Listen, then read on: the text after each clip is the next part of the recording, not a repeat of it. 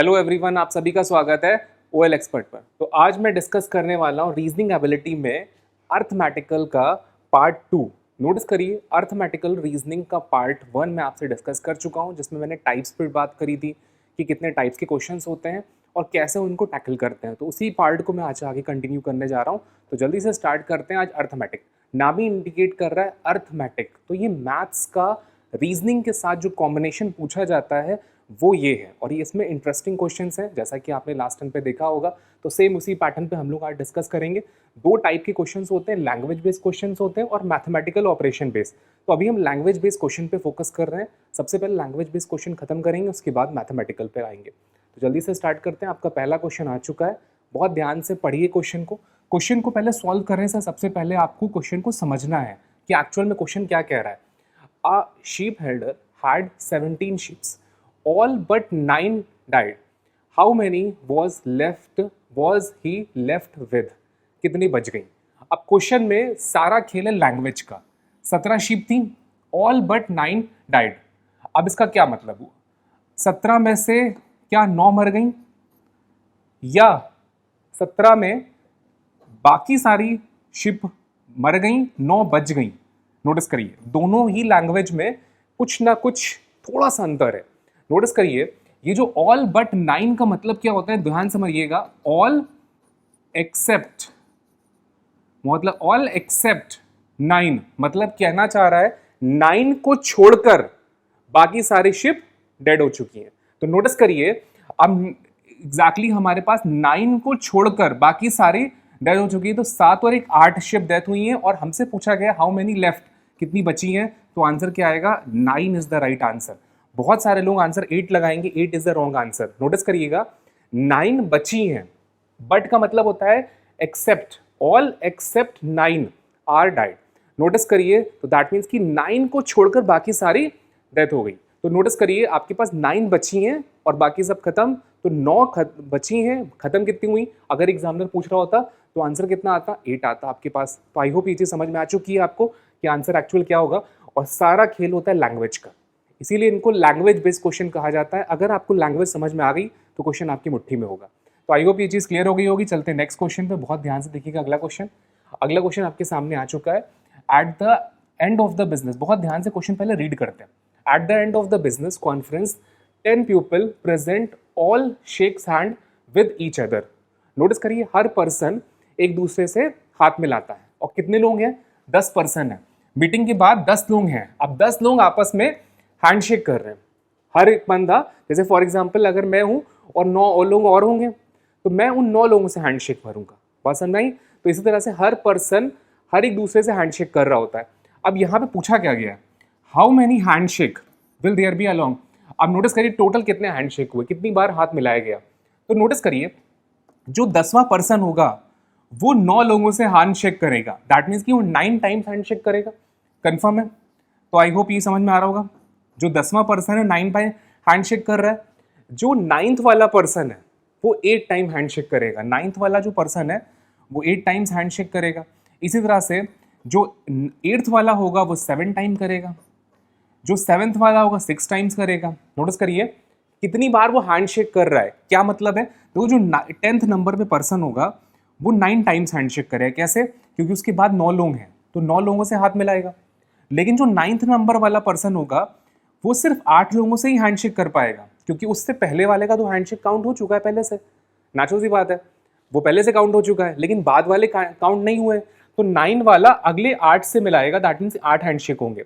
इस तरह से 7, फिर 6, फिर 5, फिर 4, फिर 3, फिर 2 और आखिरी में 1। अब नोटिस करो, 9 से लेकर 1 तक का हमें ऐड कर देना है। तो इन सारी वैल्यूज को ऐड करने का तरीका आपको बताता हूं। देखो, 9 में 1 ऐड करोगे 10 होता है, 10 में 2 ऐड करोगे 20 होता है, 7 में 3 ऐड करोगे फिर से 10 30 होता है, 6 में 4 ऐड करोगे 40 होता है, और लास्ट में कौन बैठा है 5, तो दैट्स कॉल्ड 45। तो टोटल सम कितना आएगा? देखिए, पहला आखिरी ऐड करिए और इस बेसिस पर अगर आप ऐड करेंगे तो एडिशन आपका आसान हो जाएगा। तो कितना आएगा? 45 इज द राइट आंसर। देखिए, ये 10 मिल जाएगा, ये 10 हो जाएगा, ये 10 हो जाएगा, ये 10 हो जाएगा, तो 40 ये होगा, बीच में बैठा है 5 तो 45। तो 45 is the right answer. Question आपकी मुट्ठी में है। आई होप समझ में आया होगा कि हैंडशेक का सिस्टम क्या होता है। इसी तरह से मैचेस के बारे में भी आप कर सकते हो कि अगर हर टीम एक दूसरी टीम से मैच खेलती है, नोटिस करिए आईपीएल का मैच चल रहा है और हर टीम दूसरी टीम से मैच खेल रही है, तो टोटल कितने मैच हुए, तब भी आप इसी कॉन्सेप्ट से लगाएंगे। मान लेते हैं 10 टीमें आईपीएल में और वो 10 टीमें हर टीम एक दूसरी टीम से मैच खेल रही है। जो 10th नंबर की टीम होगी वो 1 से लेकर 9 तक की मैच खेलेगी, लेकिन वो अपने आप से तो मैच खेलेगी नहीं कभी। ऑब्वियसली बात है, 9th वाली जो टीम है वो अगले वाले 8 से खेलेगी, लेकिन पहले वाले से काउंट हो चुका है।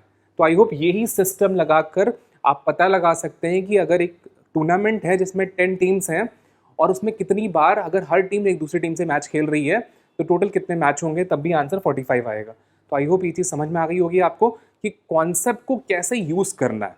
ये सारी चीज़ें प्रैक्टिकल हैं, जब तक आप इसको समझेंगे नहीं क्वेश्चन आपके हाथ में नहीं आएगा। तो आई होप ये चीज़ क्लियर हो गई हो। चलते हैं नेक्स्ट क्वेश्चन पर, देखते हैं अगला क्वेश्चन। तो अगला क्वेश्चन आपके सामने आ चुका है। अब बहुत ध्यान से सबसे पहले हमें क्वेश्चन रीड करना है। क्वेश्चन एक्चुअल में हमसे क्या कह रहा है।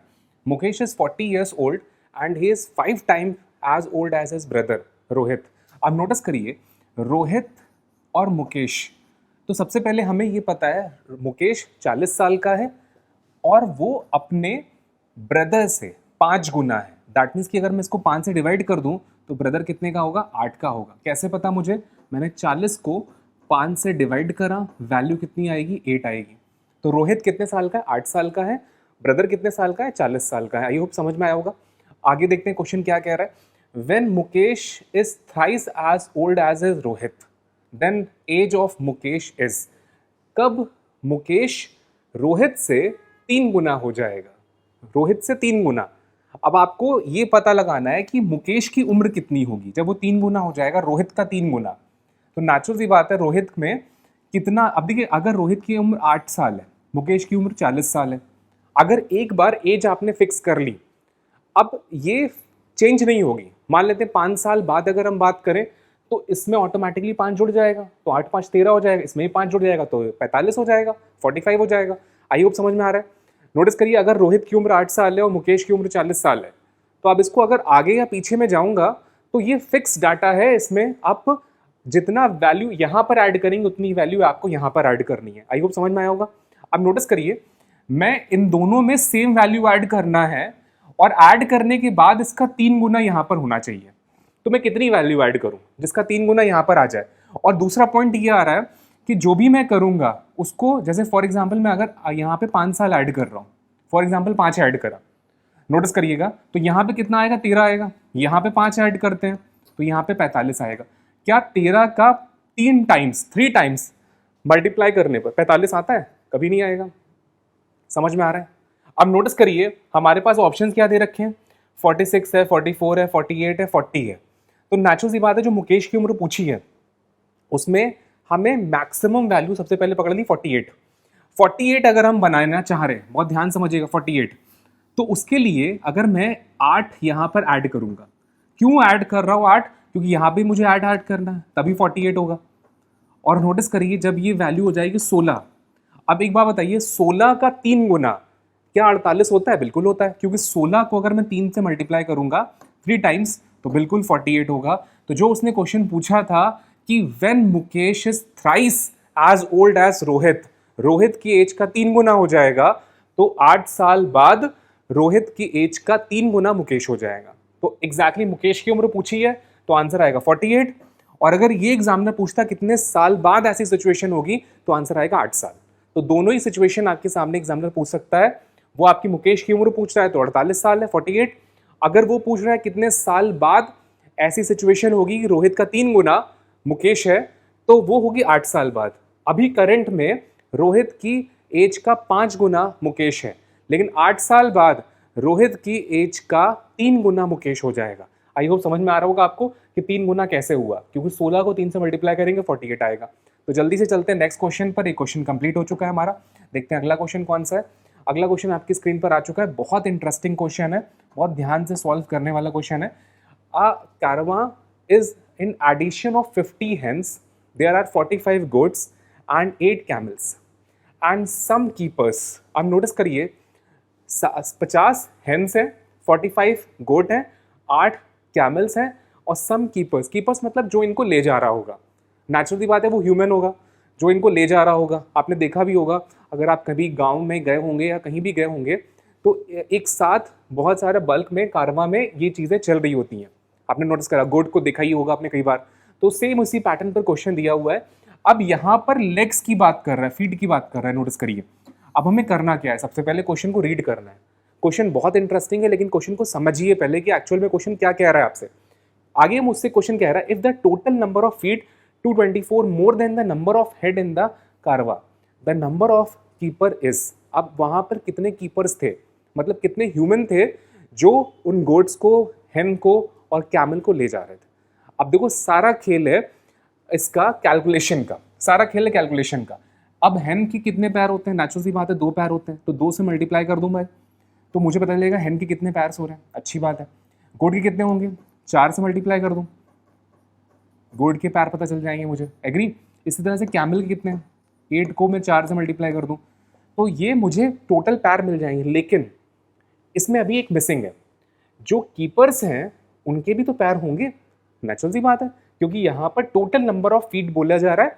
ये नहीं बोला जा रहा है कि केवल आपके एनिमल्स की बात हो रही है, जो कीपर्स हैं उनके भी पैरों की बात कर। अब कितने कीपर हैं, मान लिया मैंने एक्स कीपर है, तो एक्स कीपर है तो नेचुरल सी बात है एक कीपर के 2 पैर होंगे, तो 2 को एक्स से मल्टीप्लाई कर देंगे, 2x हो जाएगा। ये पूरा कैलकुलेशन जो हमें देगा ये नंबर ऑफ फीट्स के बारे में बताएगा, कितने पैर हैं, उन सब के टोटल कितने पैर होंगे ये इसको बताएगा। अब क्वेश्चन में इसी क्वेश्चन को मैं इक्वालेंट करने जा रहा हूँ, बहुत ध्यान से देखिएगा, मैं यहाँ पे लिख दे रहा हूँ। अब नोटिस करिए यहाँ पे लिखा है total number of feet is 224 मोर। केवल 224 नहीं है, 224 ज्यादा है। किससे ज्यादा है, अब नोटिस करिए, उसके लिए हम यहाँ पे मेंशन करने जा रहे हैं 224 ज्यादा है। किससे ज्यादा है, and the number of head in the कारवा।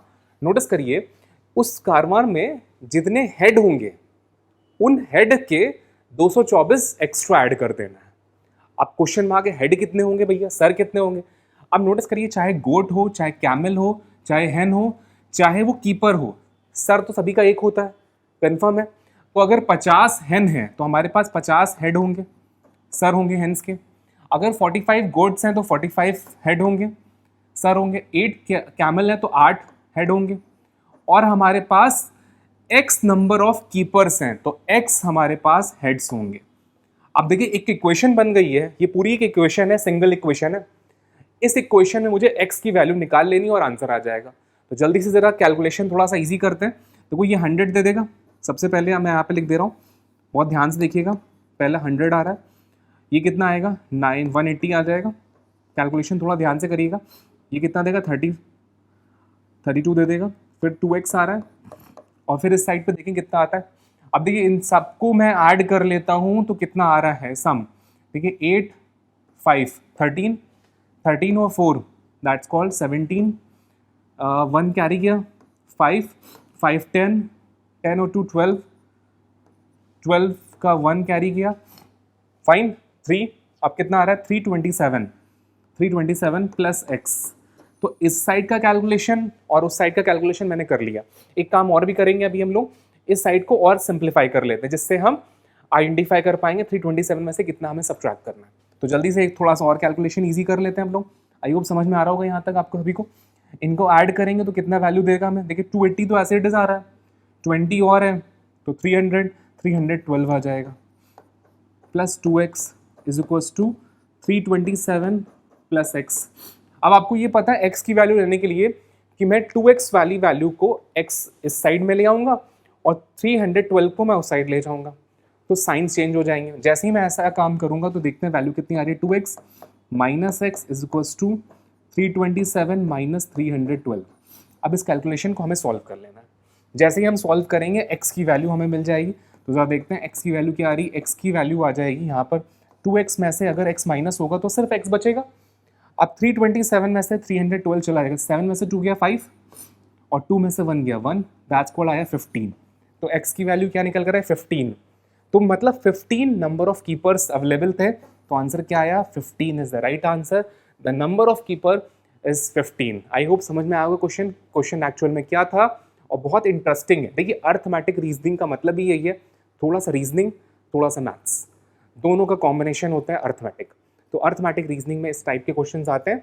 अब देखिए क्वेश्चन आपने बहुत इजीली बना लिया, सिर्फ इक्वेशन को सॉल्व करना है और बहुत ईजिली आपने गेन कर लिया। तो जल्दी से चलते हैं नेक्स्ट क्वेश्चन पे।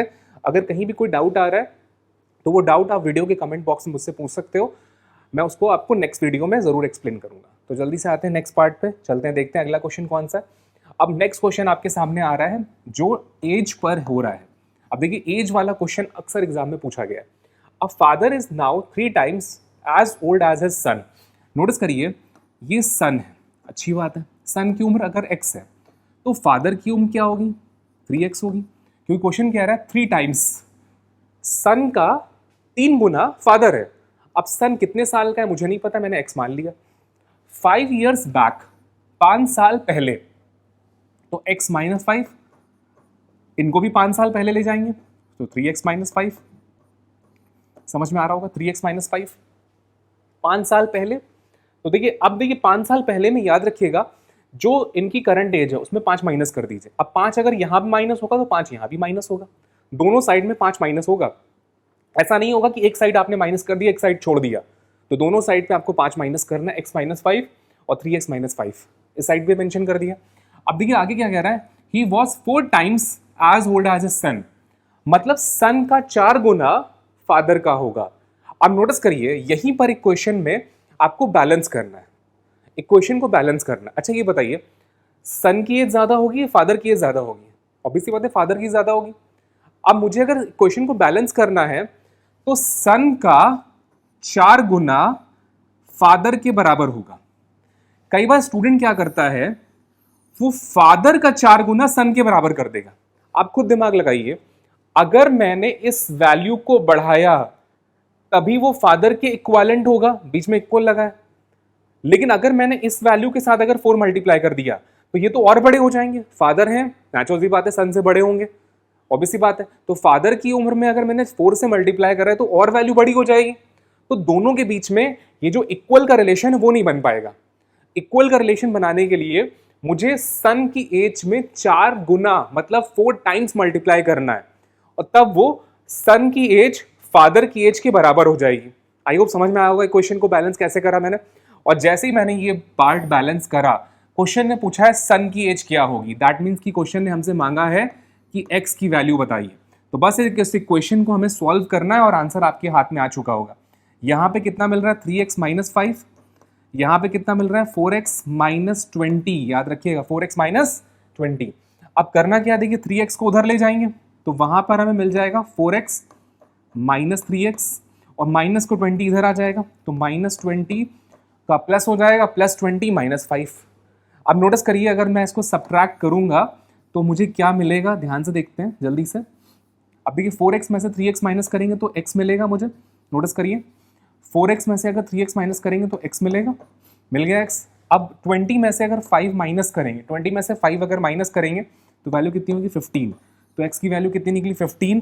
दैट मीन्स कि सन की उम्र 15 साल है और फादर की उम्र 45 साल है। आई होप समझ में आया होगा क्वेश्चन, बहुत ईजी क्वेश्चन था लेकिन थोड़ा सा ट्विस्ट था क्वेश्चन में। इक्वेशन को कैसे बैलेंस करा, किस साइड में मल्टीप्लाई होना है, क्यों होना है, सारी चीज़ें पता होना बहुत ज़रूरी है। अगर पता होंगी तो क्वेश्चन आपकी मुट्ठी में है, कभी हटेगा नहीं। दूसरा ये मैथ्स का भी रोल है और रीजनिंग का तो है ही है, दैट्स वाई। तो इसी को बोलते हैं arithmetic reasoning. Language based problem हम लोग अभी टैकल कर रहे हैं। जिन लैंग्वेज बेस्ड जितनी आप देखिए जितनी आप प्रैक्टिस करेंगे उतने आप अच्छे होते चले जाएंगे, ये नोटिस करिएगा, जितनी आप प्रैक्टिस करेंगे उतने अच्छे होंगे। तो जल्दी से आते हैं नेक्स्ट क्वेश्चन पे, देखते हैं अगला क्वेश्चन कौन सा होने जा रहा है। नेक्स्ट क्वेश्चन सॉल्व कर रहे हैं। अब देखिए मोस्ट इंपॉर्टेंट क्वेश्चन है, बहुत ध्यान से रीड करिए, क्वेश्चन बहुत बढ़िया क्वेश्चन है। 5 bells बिगिन टुगेदर। अब नोटिस करिए and respectively at the interval of 6, 5, 7, 10, 12 seconds. देखिए पहली बेल 6 पर, फिर 5 सेकंड बाद, फिर 7 सेकंड बाद, फिर 10 सेकंड बाद, फिर 12 सेकंड बाद बेल्स बज रही हैं। अब नोटिस करना ये कॉम्बिनेशन है जो बजता है। How many times will they toll together in 1 hour excluding the one at the start. अब नोटिस करिए कितनी बार ऐसा होगा कि सारी बेल्स एक साथ बजें, ये भी सिचुएशन होगी। नोटिस करिए जैसे फॉर एग्जाम्पल के तौर पर मैंने अलार्म लगाया, अब ध्यान समझिए, पहले क्वेश्चन रीड कर समझते हैं। मैंने अलार्म लगाया तो जैसे ही अलार्म में 7 सेकंड होगा अलार्म बजेगा, ये 5 सेकंड होगा तब भी अलार्म बजेगा, 6 सेकंड होगा तब भी, स्टार्टिंग से, मतलब स्टार्टिंग से मैंने अलार्म लगाया हुआ है। अब जैसे मैं गिनती गिन रहा हूँ, नोटिस करिए तो 7 पर आया तो भी अलार्म बजेगा, 5 पर आया तो भी अलार्म बजेगा, 6 पर आया तो भी अलार्म बजेगा, 10 पर आया तो भी अलार्म बजेगा, 12 पर आया तो भी अलार्म बजेगा। समझ में आ रहा है? आई होप समझ में आ रहा होगा। उसके अलावा नोटिस करिए 15 पे आएगा तो भी बजेगा, 14 पे आएगा तो भी बजेगा। कैसे पता मुझे? क्योंकि 7 पे बजा है तो फिर अगला 7 कब आएगा? 14 पर आएगा तब भी बजेगा, 21 पे आएगा तो भी बजेगा। नोटिस 7 पे अगर बजा है वो तो 14 पे भी बजेगा, 21 पर भी बजेगा, 28 पर भी बजेगा, मतलब 7-7 के इंटरवल में बजेगा। जो 7 वाला अलार्म है वो हर 7 सेकंड बाद बजेगा। तो पहले 7 पर बजा, फिर 14 पे बजेगा, आई होप समझ में आ रहा होगा, फिर 21 पे बजा, इस तरह से वो बजता चला जाएगा। बात समझ में आई?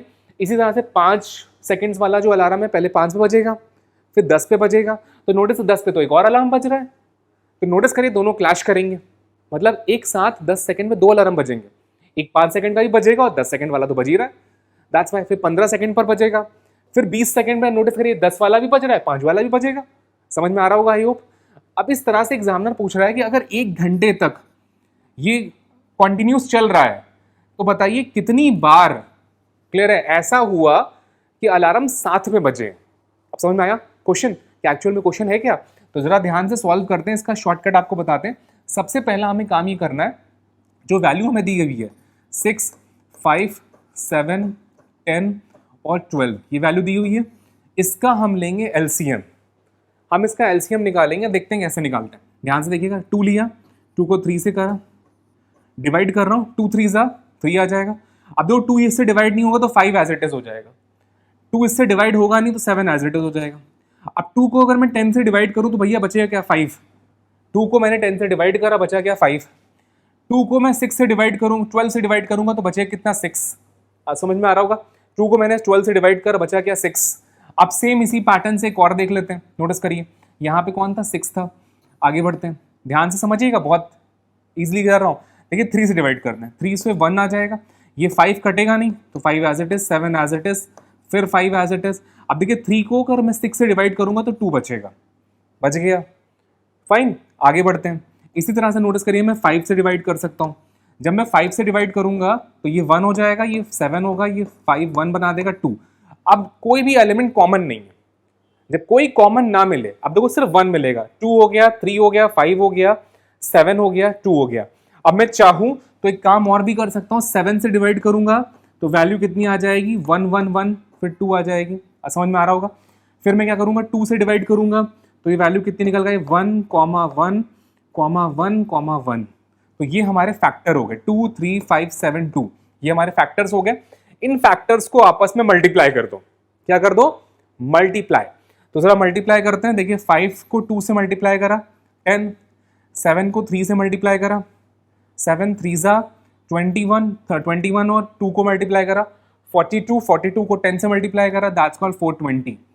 तो दैट मीन्स कि 420 सेकेंड्स निकल कर आ रहे हैं। सेकेंड्स क्या करा मैंने? देखिए मल्टीप्लाई करा मैंने, 2 मल्टीप्लाई 3 मल्टीप्लाई 5 मल्टीप्लाई 7 मल्टीप्लाई 2, सब मल्टीप्लाई करेंगे तो वैल्यू कितनी निकल कर आई? 420 सेकेंड्स। 420 सेकेंड्स।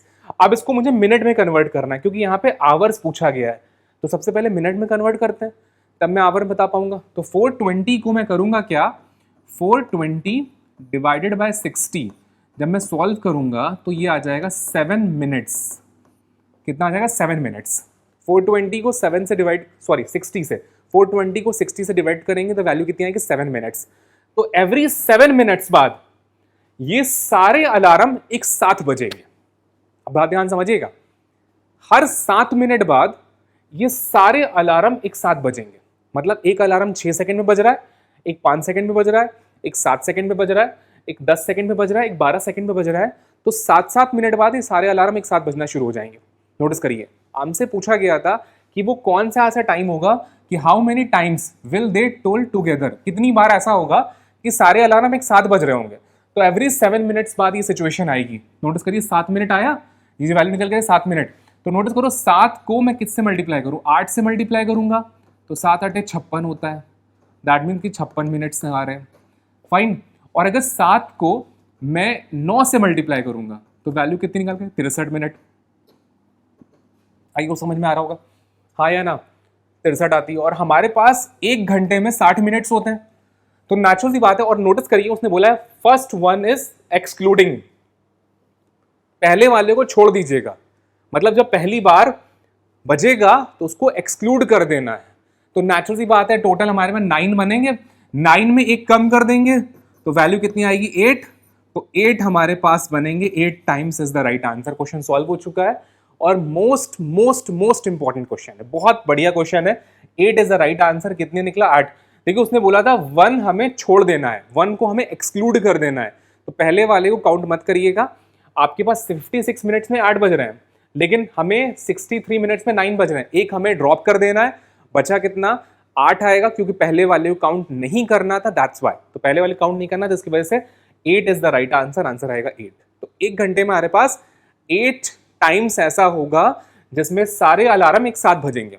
आई होप समझ में आओ क्वेश्चन कैसे सॉल्व करना था और कैसे मैंने इसका एलसीएम निकाला, ये सारी चीजें क्लियर हो गई होंगी।